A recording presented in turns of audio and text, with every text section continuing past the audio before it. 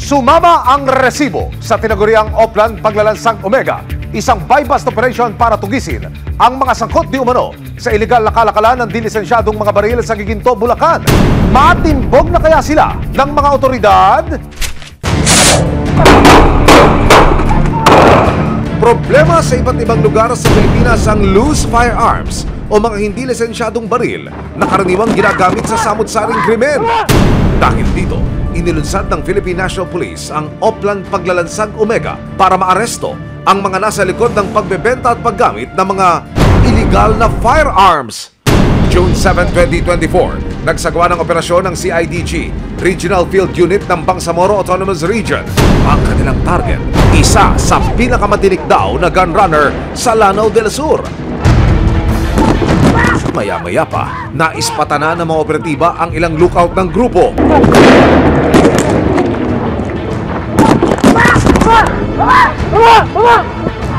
Nakamotor! Nang mamataan ang mga target, dalawang M14, isang M16 at mga magasin at bala ang nakuha sa mga suspect.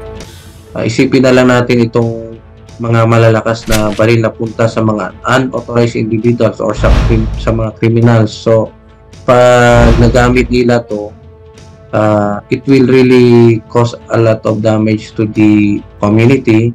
Kabilang ang PNP CIDG Bulacan Provincial Field Unit sa mga nagsasagawa rin ng Oplan Paglalansag Omega. Narito po tayo ngayon sa tanggapan ng Bulacan Field Unit ng CIDG. At katabi ko si Police Executive Master Sergeant Nathaniel Gonzalez para siya na ho ang magpaliwanag kung ano ho ba ang ibig sabihin nitong Oplan Paglalansag Omega. Itong Oplan na ito, Sir Nats, saan nakafocus ito? Ito pong Oplan Paglalansag Omega, sir. Ito po ay patungkol po sa mga illegal firearms, sir. Mga baril na walang kaukulang lisensya. In case po na nahuli na yung tao, i-verify po sa Firearms Division. Halimbawa po, wala po siyang kaukulang lisensya patungkol sa baril. Opo. Eh, masasampan po sila ng kaso ng violation of RA 10591, sir. Isang gunsmith mula Las Piñas dumarayo pa ng Bulacan para magbenta ng baril. Itong suspect natin, siya siyang gunsmith. Gumagawa siya ng mga baril. Yun ang source of income niya. Pero bago makipagkita sa buyer, aba, si seller. May isesend mo ng video para ibida ang baril na ibinebenta. Legit check naman pala ang peg.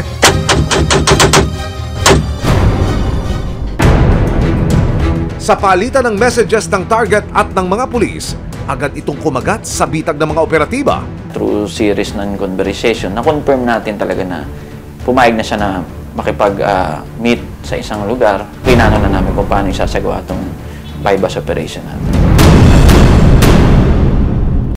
Maraming salamat sa panonood, mga kapuso.